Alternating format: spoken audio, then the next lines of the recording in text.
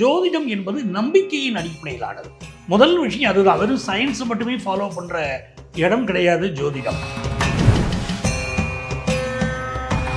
நீங்க ஒரு திருமண பொருத்தம் பார்த்தீங்கன்னா கூட வாக்கிய பஞ்சாங்கப்படி தான் பார்ப்பாங்க. திருமண பொருத்தம் நீங்க அப்படித்தாங்க பார்க்கணும்னு சொல்லுவாங்க.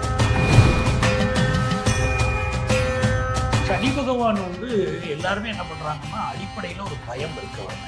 அப்படியெல்லாம் ஒரு பயம் தேவையில்லை. ஏன் அந்த பயம் வருதுன்னா, சுப புத்தி நடக்கும் போது இந்த ஏழரை வந்துச்சுன்னா நீங்க கவலைப்பட வேண்டாம்.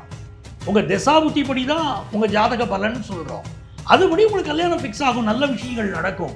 நம்ம என்ன பண்றோம், சனி பகவான் வந்துட்டாலே எது நடந்தாலும் அவர் தலையில பொறுப்பு கட்டு. இப்ப துலா ராசியில தான் சனி உச்சம் அடைகிறார். துலா ராசி எப்படி பார்த்தீங்கன்னா தராசுங்கிற சின்னம் அது கொடுத்துருக்காங்க. ஸோ எதையும் பேலன்ஸ்டா பார்ப்பீங்க, விருப்பு வெறுப்பு இல்லாம பார்ப்பீங்க. தப்பு பண்றவங்களை ஏன் தப்பு நீங்க கேட்பீங்க, நியாயத்தோட பக்கம் நீங்க நிற்பீங்கன்னா சனி பகவானுக்கு ரொம்ப பிடிக்குது. அதாவது அவர் அதை இஷ்டப்பட்டு அந்த ராசியில உச்சம் அடைகிறாரு துலா ராசி. நட்பு கிரகமா இருந்தா பிரச்சனை கிடையாது. இப்ப நீங்க ரிஷபம் எடுக்கிறோம், மிதுனம் எடுக்கிறோம். இதெல்லாம் ரிஷபம்னா சுக்கிரனுடைய வீடு, மிதுனம்னா புதனுடைய வீடு. இதெல்லாம் பார்த்தீங்கன்னா அவருடைய நட்பு கிரகங்கள். நட்பு கிரகங்கள் வீட்டுக்கு ஒரு பெரிய கெடுதல் செய்ய மாட்டார். இதுவரைக்கும் பாதிக்கப்பட்டிருந்த கடகராசிக்காரர்களுக்கு அது யோகமாக அமைகிறது. துலா ராசிக்காரர்களுக்கு 6ல் சனி இருந்தால் பெரிய யோகம் பெறும். அந்த நல்ல யோகம் கிடைக்கிறது.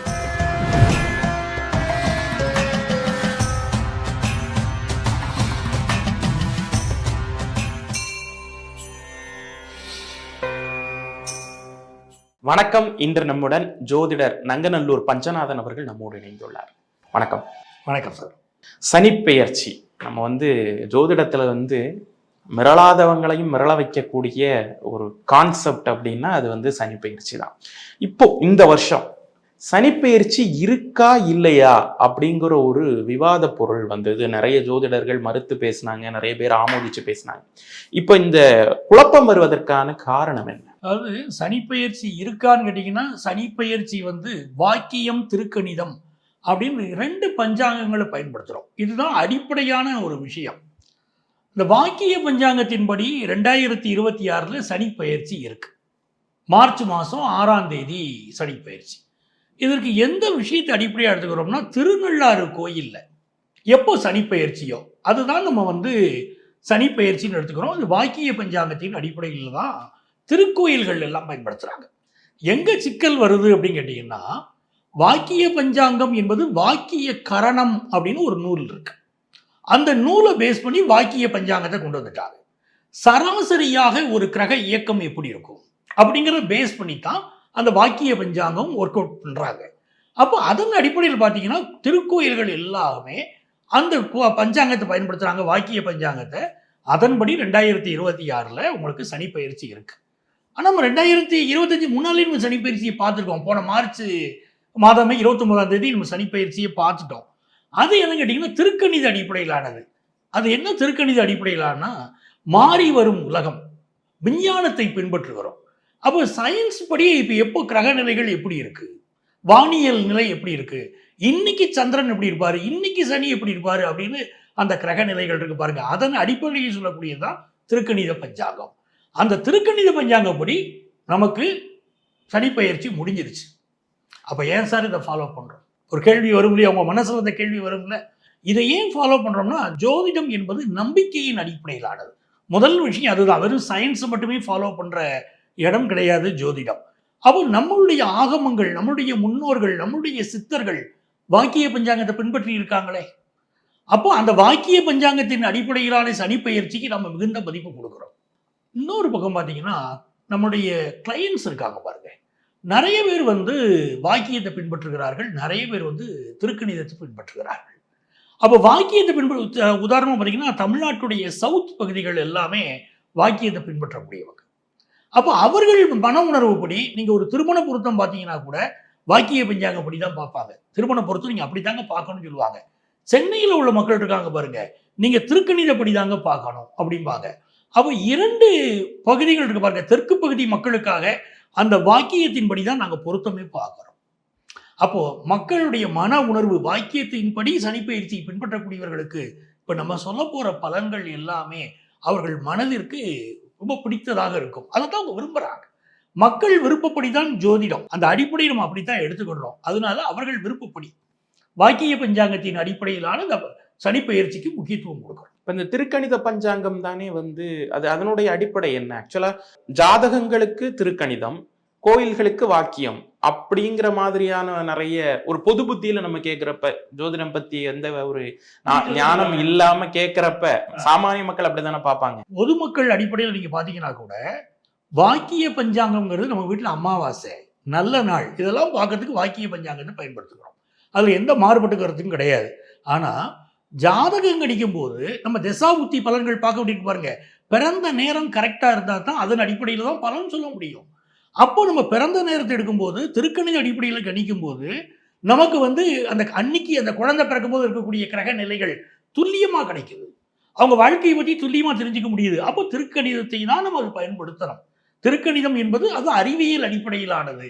இன்னைக்கு வந்து எபிமரிஸ் என்ன சொல்லுது?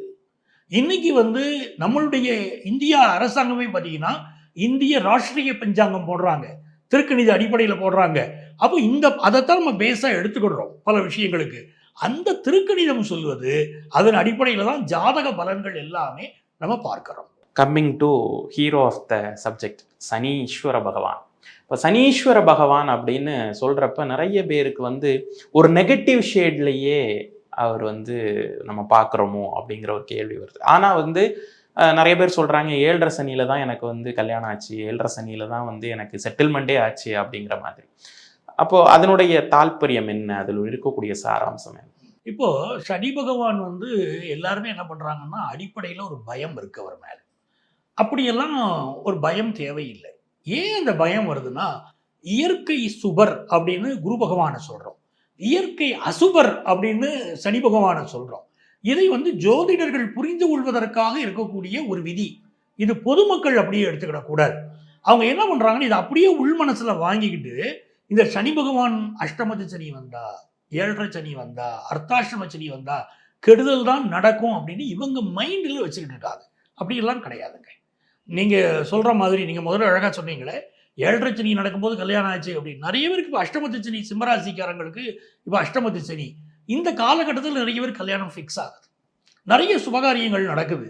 அப்போ எப்படி இதை முடிவு பண்ணணும் அப்படின்னா உங்கள் ஜாதகத்தில் அந்த சனி பகவான் வந்து என்ன பொசிஷனில் இருக்கார். இப்போ 7.5 சனியும் நடக்குது, உங்களுக்கு சனி திசையும் நடக்குது அப்படின்னா அதோடைய பாதிப்புகள் அதிகம் இருக்கு. சனி திசையே நடக்கலைங்க, கோச்சாரப்படி தான் இது வந்துட்டு போகுது அப்படின்னா இதோடைய பாதிப்புகள் பெருசாக இல்லை. உங்களுக்கு நடக்கக்கூடிய தசாபுத்தி, கல்யாணம் கொடுக்கக்கூடிய தசாபுத்தி இருந்துச்சுன்னா அதுதான் நடக்கும். ஸோ ஒரு சுப திசை, சுப புத்தி நடக்கும்போது இந்த 7.5 சனி வந்துச்சுன்னா நீங்கள் கவலைப்பட வேண்டாம். உங்கள் தசாபுத்தி படி தான் உங்கள் ஜாதக பலன் சொல்கிறோம், அதுபடி உங்களுக்கு கல்யாணம் ஃபிக்ஸ் ஆகும், நல்ல விஷயங்கள் நடக்கும். நம்ம என்ன பண்ணுறோம், சனி பகவான் வந்துட்டாலே எது நடந்தாலும் அவர் தலையில் பொறுப்பு கட்டிடுறோம். இப்போ குரு பகவான் பார்க்குறோம் நம்ம கம்பேரிசன், நீங்கள் சொன்ன மாதிரி இப்போ குரு இருக்கிற இடத்த கெடுப்பாரு, பார்க்குற இடத்துக்கு தான் பலம் அப்படின்னு சொல்லுவாங்க. இப்போ சனீஸ்வர பகவான் ஜென்மத்தில் வந்து உட்காரும் போதும் பாதிப்பு, பார்க்கும் போதும் பாதிப்பு அப்படின்னு சொல்லிட்டுலாம் சொல்கிறாங்க இல்லையா? ஆனால் அவர் வந்து பகை உணர்வு இல்லாமல் அவர் வந்தாலே லக்கு அப்படின்ற ராசிகள் இருக்கு இல்லையா? இந்த சனி உச்சம் பெறுதும் போது புகழ் அடைகிற ராசிகள் அப்படின்லாம் சொல்கிறாங்களே, அதனுடைய விளக்கம் என்ன? அதாவது சனி பகவான் வந்து எந்த அடிப்படையில் பலன் தரார் சார்? முதல்ல நியாய தர்மங்களை நம்ம பின்பற்றினா அவருக்கு ரொம்ப பிடிக்கும். கடுமையாக உழைக்கக்கூடியவங்கள அவருக்கு பிடிக்குது. இப்போ துலா ராசியில தான் சனி உச்சம் அடைகிறார். துலா ராசி எப்படி பார்த்தீங்கன்னா தராசுங்கிற சின்னம் அது கொடுத்துருக்காங்க. ஸோ எதையும் பேலன்ஸ்டாக பார்ப்பீங்க, விருப்பு வெறுப்பு இல்லாமல் பார்ப்பீங்க. தப்பு பண்ணுறவங்கள ஏன் தப்புன்னு நீங்கள் கேட்பீங்க, நியாயத்தோட பக்கம் நீங்கள் நிற்பீங்கன்னா சனி பகவானுக்கு ரொம்ப பிடிக்குது. அதான் அவர் அந்த இஷ்டப்பட்டு அந்த ராசியில் உச்சம் அடைகிறாரு துலா ராசியில். இதே மாதிரி பாருங்க மகர ராசியும் கும்பராசியும் அவருடைய வீடுகள். மகர ராசிங்கிறது அவருடைய ஆட்சி வீடு, கும்பராசிங்கிறது அவருடைய மூல திரிகோண ஸ்தானம். இது ரெண்டுக்கு வெளியிலுமே கூட அவருடைய கேரக்டர் வித்தியாசப்படும். எப்படின்னா கும்பராசியில் இருக்கிறவங்க ரொம்ப அமைதியாக இருப்பாங்க, மகர ராசியில் இருக்கிறவங்க ரொம்ப கலகலப்பாக இருப்பாங்க. கும்பராசியில் இருக்கிறவங்க பல பேர் உழைக்க ஒரு சோம்பேறித்தனம் இருக்கும். மகர ராசியில் இருக்கிறவங்க ரொம்ப சுறுசுறுப்பாக இருப்பாங்க. ஒரே சனி பகவான் தான் தன்னுடைய மூல திரிகோண வீட்டுக்கு ஒரு பலன் தருகிறார், தன்னுடைய ஆட்சி வீட்டுக்கு இன்னொரு பலன் தருகிறார். ஆனால் இது ரெண்டுமே அவருக்கு பிடிச்ச வீடாக இருக்குது. அவருக்கு சனி பகவான் வந்தாலே பிரச்சனை எங்கே ஆகுதுன்னா சில ராசிகளுக்கு அவர் பகையாகிறார். உதாரணமா ஒரு சிம்ம ராசி, சிம்ம ராசிக்காரங்களுக்கு சனி பகையாகிறாரே. அவர் சூரியனுக்கும் சிம்மராசிக்கு அதிபதியான சூரியனுக்கும் இந்த சனிக்கும் நட்பு இல்லையே, அப்போ அங்க பாதிப்பு வருது.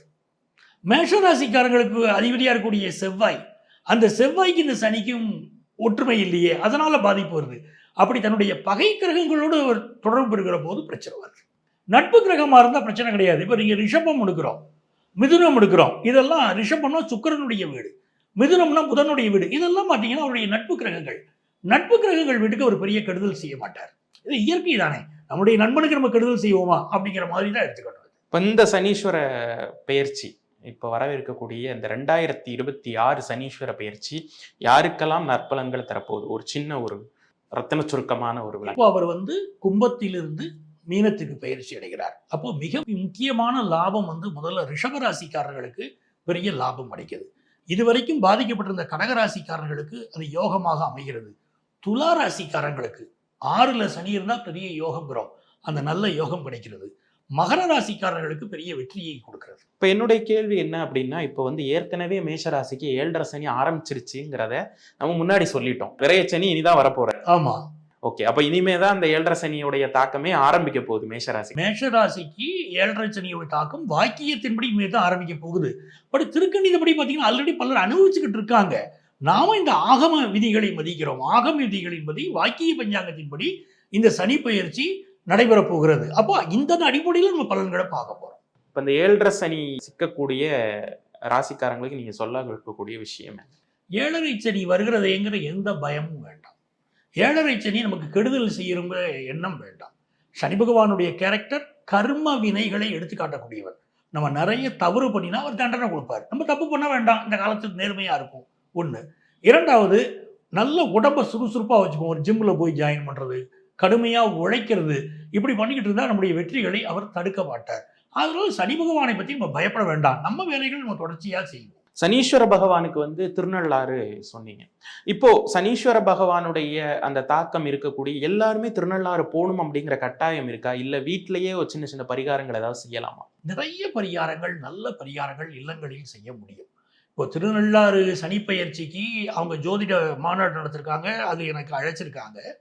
அந்த திருநள்ளாறு போவது என்பது மிகச்சிறந்த பலன் தரும். திருநள்ளாறு, திருக்கொள்ளிக்காடு செல்வது, இந்த மாதிரி நிறைய இடங்கள் இருக்கு. சனி பகவான் குச்சனூர் போறாங்க.